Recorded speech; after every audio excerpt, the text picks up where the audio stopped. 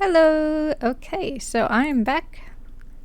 And now, since last time I talked about books, now I have my full list so I can, actually remember all the games that I played so far this year.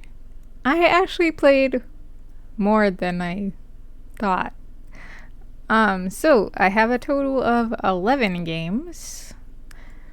So let's get started. I only have 2 PC games because it's been more difficult to actually play on my PC.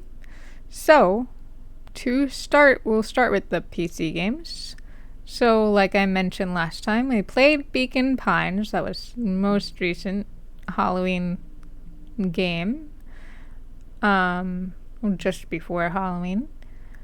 And it was not as scary as I expected from what people said, but it was a good atmosphere and a good story, and it fit the season. And I still loved the art, and the music was very nice. There was good soundtrack. The other PC game that I played was a Lego Brick Tales, which I had a lot of fun with for the most part. So, I loved most of the Lego games that I played. Not really a surprise that I would love this, but I just wanted a little bit more building freedom. Maybe one day. And then we get on to Switch, which is the only other thing that I played on this year. I didn't even touch my PS4 this year.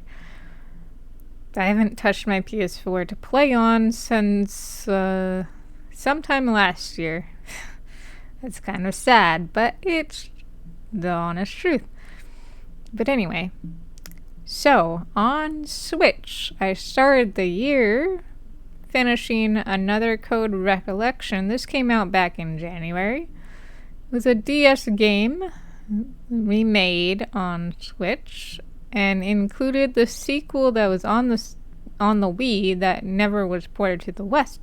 So I finally got to play that. I'd played the original on the DS back in the day, and I liked it, so it was nice that I got to play the sequel. And I played both back to back. It was a fun adventure. And then I played Mario Brothers Wonder. This actually came out in 2023, but I didn't get around to playing it till after Another Code. And that was a great new 2D Mario. I had a blast with it, so that was fun. And then sometime later after that, Princess Peach came out. And I was very excited for this. It was a good entry for Peach, I think. I mean, technically, it wasn't the entry game, but I never played the DS game, so it was for me. It was short, but it was sweet. I enjoyed it. I didn't leave it wanting to 100% it, so that was like, okay. I play Mario games without wanting to 100% them, just because I just end up having enough, and that's fine. And I guess this is sort of like that. Yeah. So, it's fine. I barely am 100% things anyway. So yeah, Princess Peach was fun. And then I wanted a very quick game before I jumped into anything else. And that was Venba, just like 2 hours.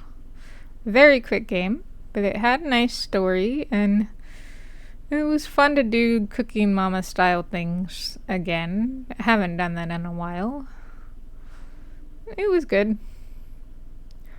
And then, okay, the next one was also a short game, and that was Mario vs. Donkey Kong, and I haven't played any of the others in this specific series, but it had good puzzles, and I would play more if they make more, but I'm not really gonna go out of my way to seek them out.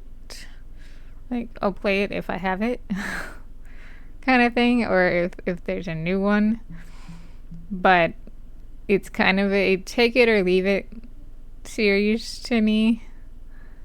And there's so many puzzle games, it's hard to... There's not much else to say, really. Anyway, so the next one took a bit longer. Still kind of on the short side, but took a bit longer.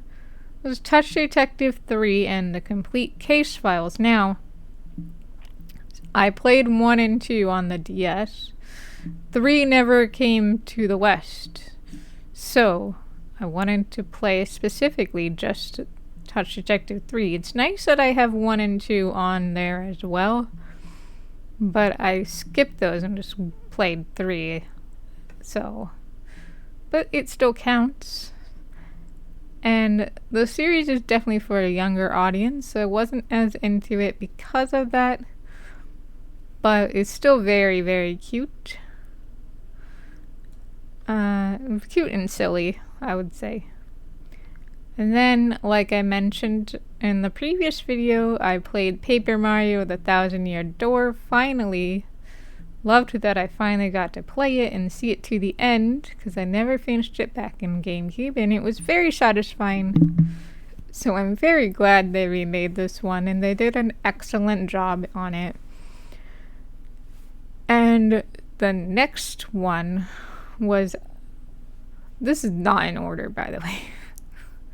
This is just the order that I listed, but it's not in order. So the next one was Might and Magic Clash of Heroes, and that was very fun puzzle strategy RPG. I loved it back on the DS, and I loved playing it again on Switch. So that's all. If you don't know about Might and Magic Clash of Heroes, and you like puzzles, I recommend it. And then the final thing I have on my list, which was before Clash, I'm not sure what my order was. But the next game I have to mention was Layton's Mystery Journey, the one with Catriel. Some puzzles were too easy, but it scratched the Layton itch while we wait for the new entry.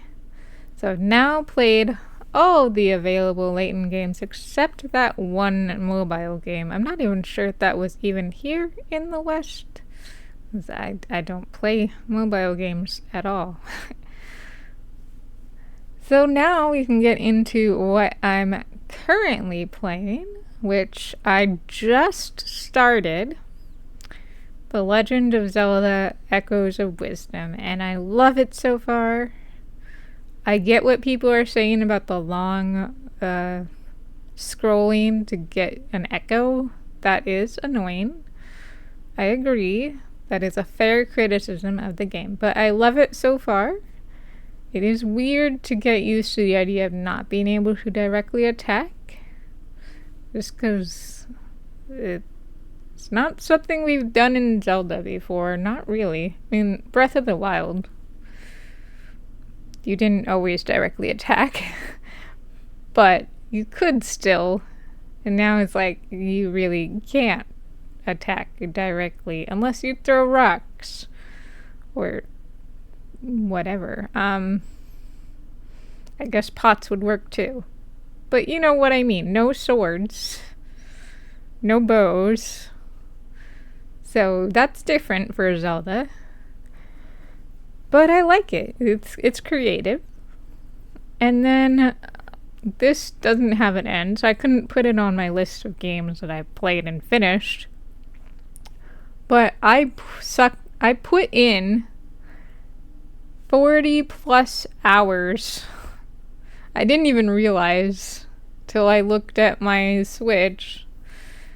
It was 40 plus hours that I put into Balatro. Now, you've probably heard about Balatro because it's nominated for multiple awards now for the Game Awards, which is surprising because it's a card game, but it's a very, very, very good card game. So, I mean, it's basically like poker with cheats. I don't know how else to say. what the game is, besides it's poker with cheats.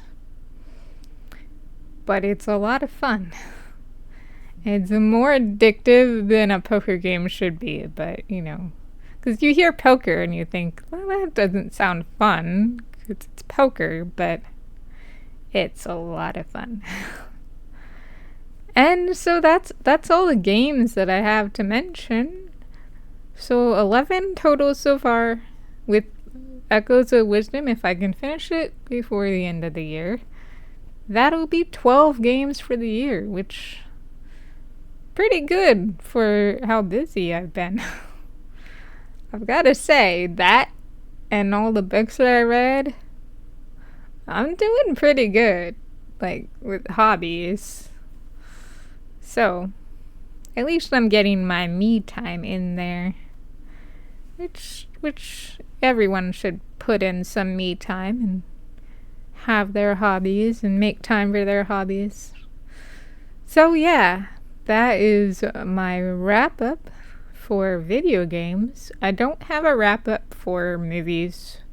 There are movies I've watched, but I didn't keep track so well. So that would be a lot harder to do. But I did watch some good ones, like Dune 2. Finally saw that. Yeah. Alright, I'm gonna end it here. And I hope you enjoyed this video. And if you can, down below, you know, tell me what you played this year. What was your standout?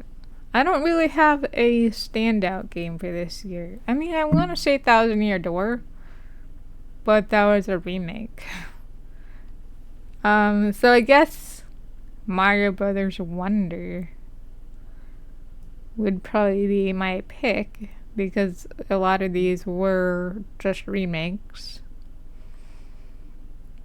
So yeah, we'll go with Mario Brothers Wonder. It was a great time. That or Balatro, like I said. Alright, so I look forward to seeing what you guys played down below if you feel like sharing. If not, that's fine. I hope you had a good gaming year anyway. And I will see you next time. Goodbye!